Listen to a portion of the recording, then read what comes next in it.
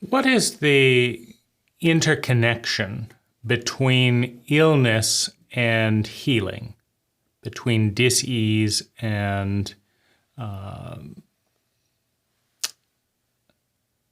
a sense of connection with something bigger than ourselves? So, first of all, it's useful to understand the nature of the human condition. Now, if we look at this iris petal right here and we delineate it, we use a word to call it a petal. And as a petal, this is its boundary. But this is a joke. This is an illusion in many ways, because the iris petal does not exist without the entire flower. The entire flower does not exist without the stem. And here the frame cuts off, and this is a great metaphor for human consciousness. The frame cuts off. We lack the bandwidth to experience the interconnectedness of all things on a very scientific level, at a very practical level. Because this stem is not a stem without a root. And the root is not a root without the soil, without the water. The plant is not a plant without the sun. The sun is not the sun without a solar system, all right?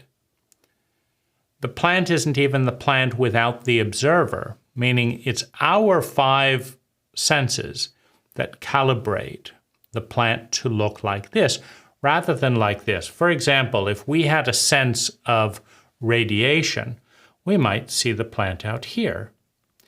In fact, various forms of photography see emanating bands of radiation.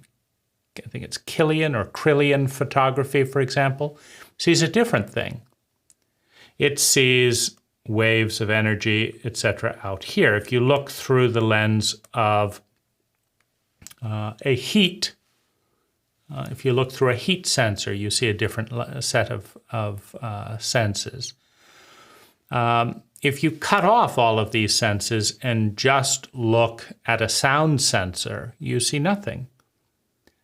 Meaning if you cut off the visual and you cut off the tactile, you listen for the sound of an iris, you'd say nothing's there. If you only have an ear, nothing's there. But this kind of speaks to the fact that somewhat arbitrarily, we have 5 portals of perception. And we're looking at the iris from these very specific portals, these little holes, in this case called eyes. But there are so many little holes we don't have. We could have a little hole that measured temperature. We could have a little hole that measured angles. We could have a little hole that did all kinds of things. We don't. And so the plant that may exist on those dimensions does not exist for us. Just like if we take all of these sensory perceptors away, the plant that exists for us no longer exists for us. You take away the hands and ability to touch, and it has no touch for us. And that's our only vantage point. We can only see the world through our lens. But in fact, the earth does not exist without the universe. The present moment doesn't exist without the Big Bang. The future, 1 trillion years from now, does not exist without the present moment, right? Because if time is a continual point, which is how we like to see it as a continual point, if you delete 1 point on the continuum, the whole thing collapses. You can't have a continual line and delete that. Just like you cannot arrive in California, if you start out in Seattle and you want to arrive in California and you're driving along, and you delete a moment in Oregon, it can't continue. The car can't magically reappear on the other side of the deleted moment. Its trajectory has been lost. And so we view the world often as these isolated bits, which is a delusion, meaning there is no petal without a flower, there is no flower without a stem, there's no stem without a root, there's no root without soil, there's no soil without time, there's no soil without space. There's nothing without everything. That's reality. That's the science of what is. There is nothing without everything. Now, we're looking at things through words, which is why we come up with the delusionary idea that this petal exists as a petal. We say, this is a petal. It's a separate petal. It doesn't need all these other things. Because we have words. And we also have a word called I. And in the delusion of the independent, rational, dissociated version of an I within Western culture, we are separate. And it's just as much as a delusion. It's humbling to think that this I that we like to focus on does not exist without the dances on the African plains. That the dances on the African plains do not exist without the monkeys, chimpanzees, and various explorations of consciousness throughout history. That if certain things hadn't crawled out of the water, however many millions or billions of years ago, this I doesn't exist. That if the sun had not ignited, you think of the difficulty of, lighting a fire. It's always so irritating. You light the match, you put it in the newspaper, and it catches flame, and then, the paper burned out, and the wood is just smoking there. It's not catching fire. What if the sun hadn't caught fire?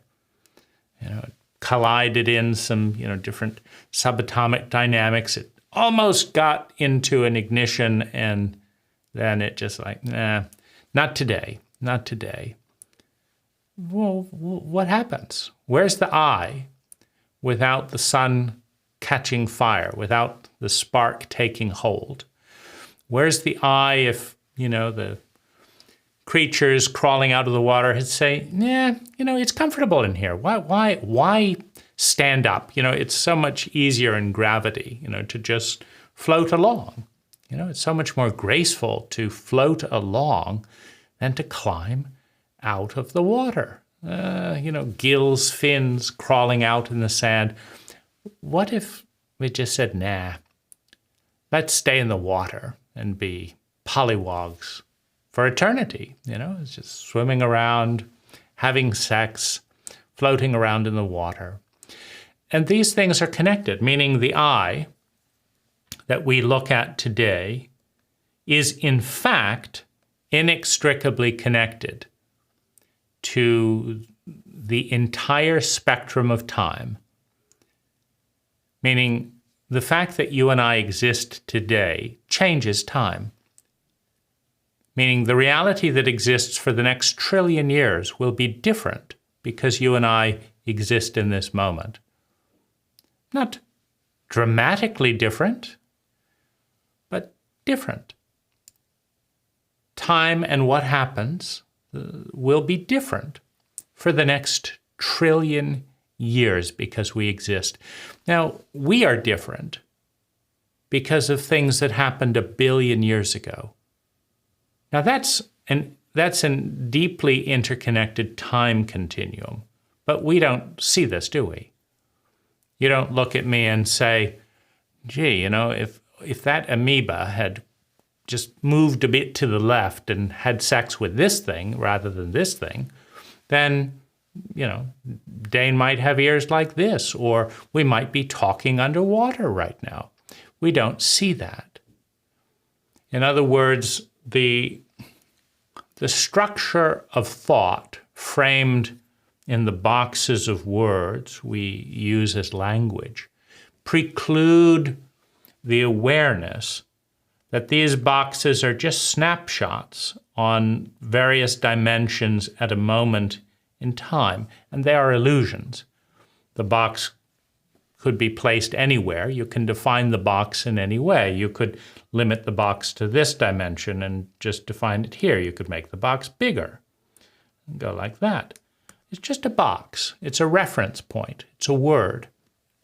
But we get so lost in our words that we really lose the larger part of ourselves. What's the larger part of ourselves? It's the ecology out of which we emerge. So we pretend that we're in this little box, but it is a lie. Now, human identity is the pattern of thinking, feeling, speaking, doing, and being, and that's what we call I. My pattern, the thing that I repeat again and again. I look in the mirror, the nose still looks like that. That's the pattern of being. I listened to my voice. My voice sounded kind of like that yesterday, and that's the pattern of being. Listen to what I'm saying, and I think, that reminds me of what I said before. I look at what I'm thinking, and it connects with what I thought before. Look at what I'm doing. It's like I owned this vest yesterday. I owned this necklace yesterday. And so it's kind of familiar, like family. It's a loop. It's a cycle. And that cycle is labeled me. But of course, most of me is the undifferentiated ecology out of which I emerge and to which I will return. It is the great ocean that I, for a moment, for a while, create friction, create a different, distinct pattern, and say, this is me. Now, one of the phenomena of human beings as the specialized entity in Earth's ecology that I would say specializes. Human identity specializes in distinction, in being separate, right? Because we look through words. Monkeys don't have words. And they may or may not think that they are separate from the trees that they depend on. We're not separate from the trees that we depend on.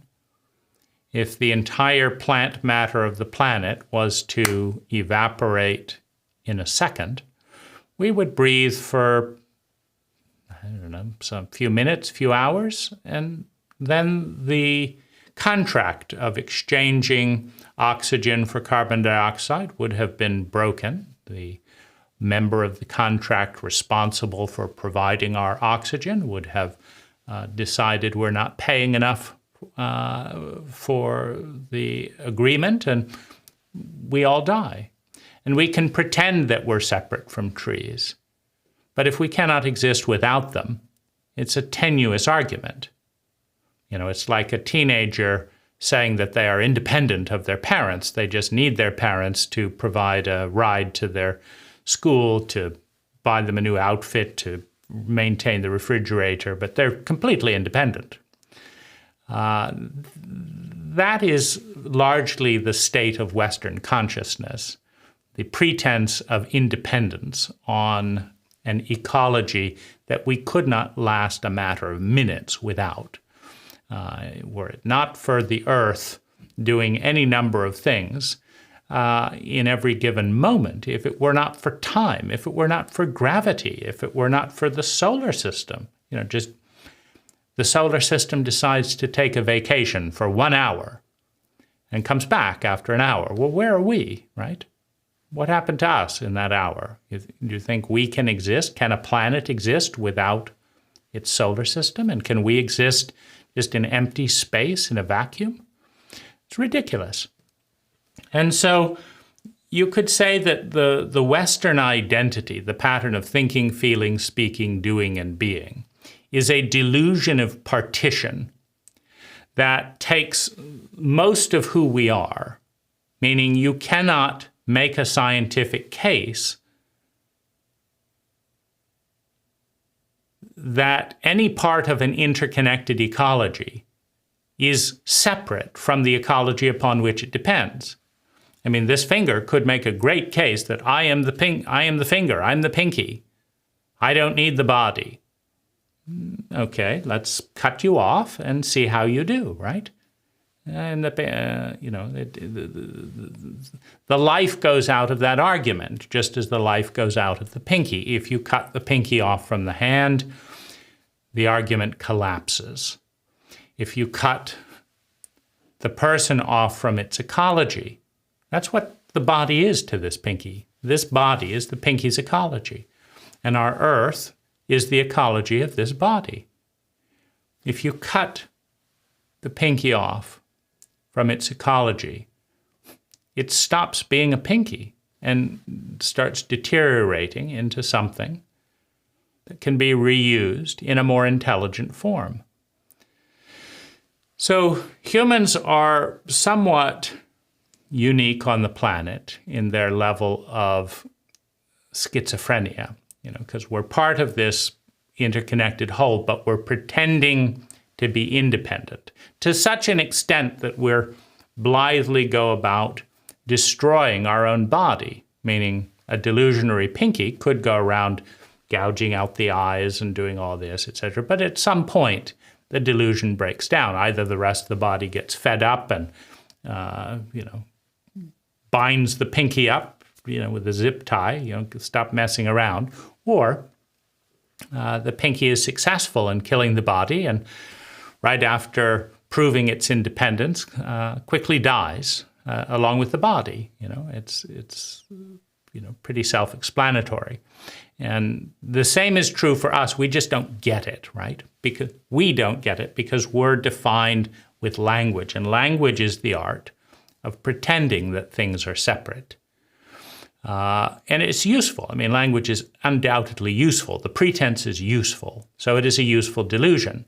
But when we believe the delusion that this is a petal and has nothing to do with the flower that gave birth to it, and when we believe the delusion that the flower has nothing to do with its root, or that the root has nothing to do with the soil, or that the earth has nothing to do with the sun, it is a delusion that we can go down as long as the universe doesn't call our bluff, right?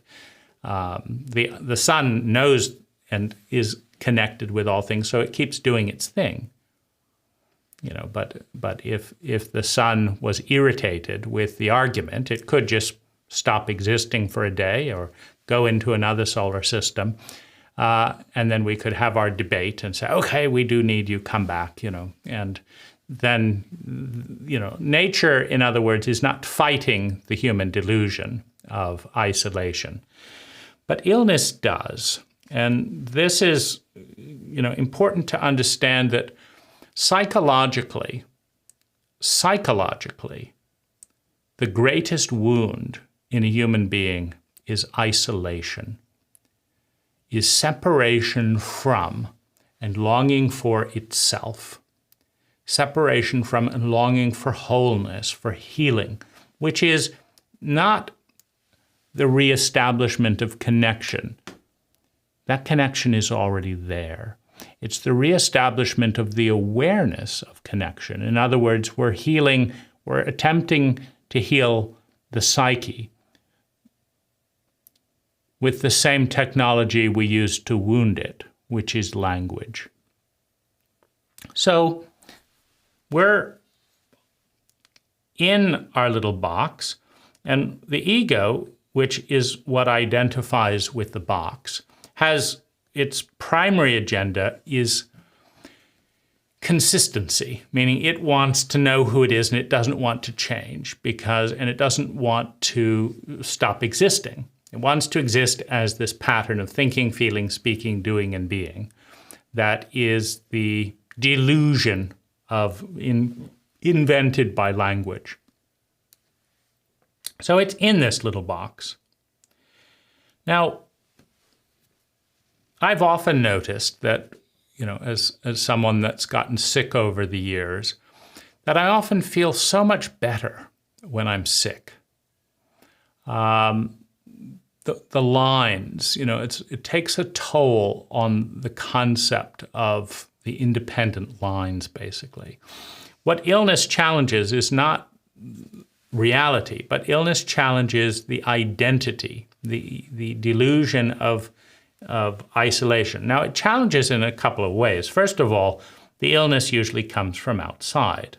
If you catch a cold or something from somebody else, it's coming from the outside, and so you have a reawareness that we as people are interconnected. It's true, we are. Emotions, thoughts, beliefs, knowledge, and diseases, and all manner of things are memes. They are viral in nature. They flow, and they couldn't flow if we were truly disconnected, but they do, because we are connected. So disease challenges the boundary. It breaks down a little bit of the pattern. The normal pattern of identity that the ego is identifying with is weakened. And the ego starts to blur a little bit more into its surrounding. And this, death is, of course, the ultimate weakening of identity. You don't know what's on the other side. You can't pretend. I know exactly what's, the ego likes to be certain and pretend, but the ego, of course, can't know what's on the other side. So there's this tremendous, pretense of the ego. And it's trying to reestablish its box, but illness kind of gets in the way of that. The routine is broken, so the pattern of thinking, feeling, speaking, doing, and being is broken in illness. It weakens. And so, the ego is often quite upset by this, but there's a different part of us that starts to feel more connected. There's less barrier. Disease dissolves the barrier. And so we can be more aware of our interdependence. If we need someone to take care of us when we're sick, we may return. We may do a variety of things differently. We may change our identity. Our identity may be changed. And it's a reminder of our interconnectivity. Now, the greatest human disease is the delusion and the psychological experience of isolation and loneliness.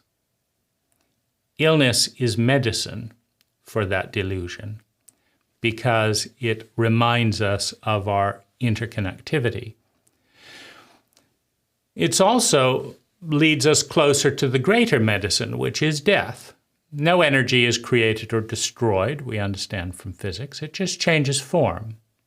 Every single molecule of energy that is in this body will be in the body of plants, will fertilize the irises, the trees, etc., in its dissolution.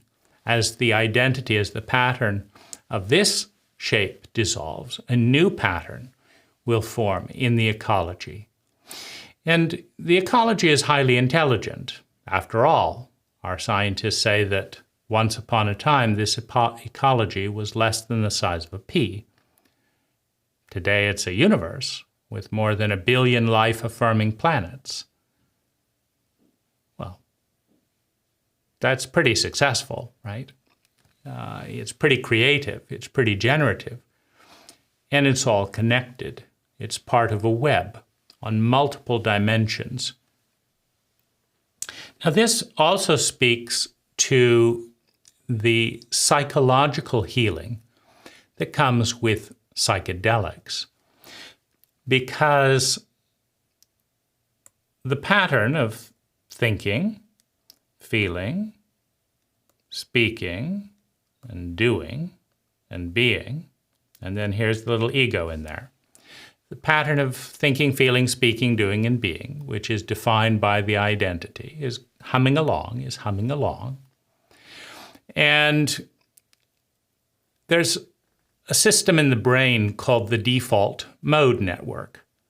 And it is the default to maintain the status quo, to maintain the consistency of the identity. Now, almost all of the identities on the planet today, but particularly Western identities, are constructed out of the idea that the individual ego is completely separate from every other person. We do this with crime, for example. We don't punish a family for the crimes of the individual. We punish the individual sometimes for the crimes of the family. We hold the ego as being a unique unit. It's like, no, it's nothing to do with us that we didn't educate this person. Nothing to do with us that we didn't protect this individual from childhood abuse. Nothing to do with us that we didn't train their parents. No, it's nothing to do with us that we don't heal trauma. No, nothing to do with us. This is just a bad person. We punish the delusion of the individual for the flaws in the ecology. You know, it's a mathematical fact that parentally literate, traumatically literate, competent, empathic parents in a community and culture of the same produces statistically more competent, mature, empathic individuals. And it is a statistical mathematical fact that highly sociopathic, incompetent, stupid cultures produce highly incompetent, sociopathic, stupid parents that produce highly sociopathic, incompetent, stupid individuals. So to attack the I, the one that's identifying as the pattern that has been handed to them, is ridiculous. I mean, we don't do this with language. You know, we understand that a child could learn any language under the sun, and there have been more than 10,000 languages in human cultural history, according to anthropologists. 10,000 languages. A child can learn any one of them. 10,000 diets. A child can learn any one of them. Now, if you put an infant in an English-speaking cult, and the infant learns to speak English, we don't hold them responsible. Why are you speaking English instead of Japanese? It's absurd, because that's what the people around me were doing. Why are you a racist? Because, my father was a racist. They were a racist. They were all racists. But you had the decision, right? You could have learned Japanese. You could have been an upstanding citizen and ignored what all the authorities around you did and told it, and you could have stopped being racist. But you didn't, right? What's wrong with you, right? So, we like to focus on the individual and blame the individual and punish the individual for the faults of the cult. You can go cradle to grave in the United States and have 10 children without a single formal hour of competent parental training. Go ahead. No one's going to interfere.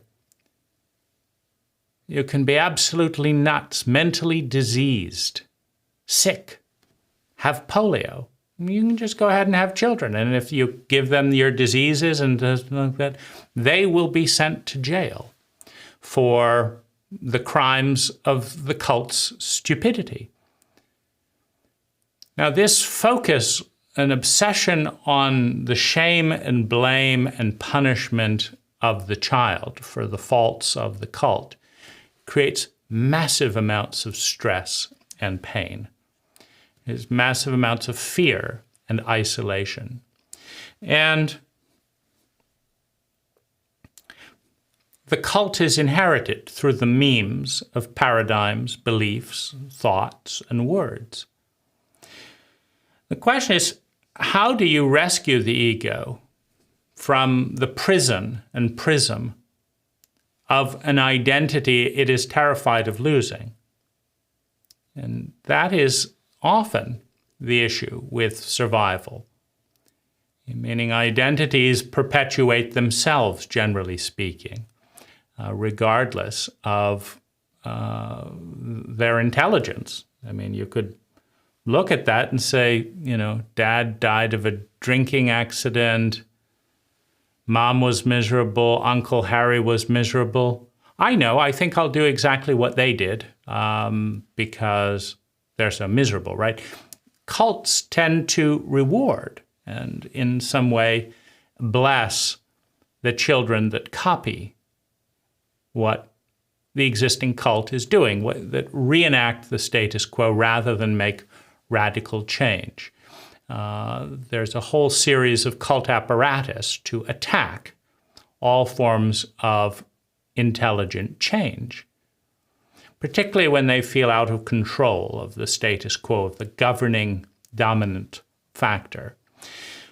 But illness kind of gets around that. Illness knocks you over. You like to pretend you're an individual, but after you've been floored by the flu or cancer or influenza or whatever it is, did you choose that? Was that your policy? And are you still the same person now that you have one leg? You're still the same person and you do this? No. Illness changes.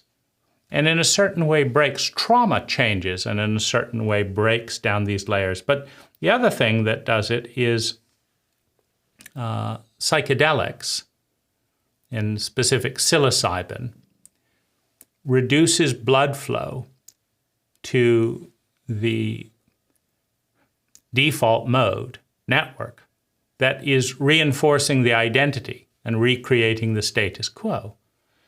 And there's a period of time where this I looks at the world differently because the blood is not flowing and reinforcing the box. And as it doesn't reinforce the box, the I starts to find itself in relationships, in relays with things it didn't know it was in relationship with. Most people don't know that they're in an intimate relationship with the Big Bang. It's pretty intimate. If the Big Bang didn't happen, you don't exist. I didn't know that.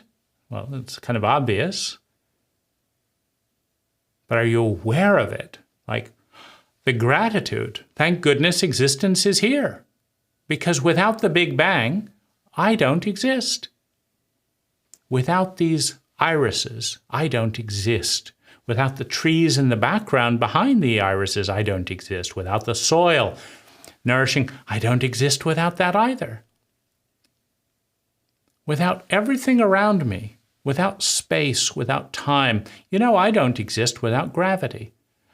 There's so much wonder, so much incredible awareness in all of these discoveries. And depression, which is the little tight loop of going round and round and round again in shame and punishment, depression tends to lift when you break the default mode network. In other words, if you're not going round and round and round all the time and you're just aware of the wonder of reality, then, oh my goodness, this is happening and that's happening. And I never noticed the texture of this and it's so interesting and that's so interesting. Well, how can you be depressed in that? How can you be isolated when you understand that everything is alive? When you understand that you're a part of it? You cannot be isolated.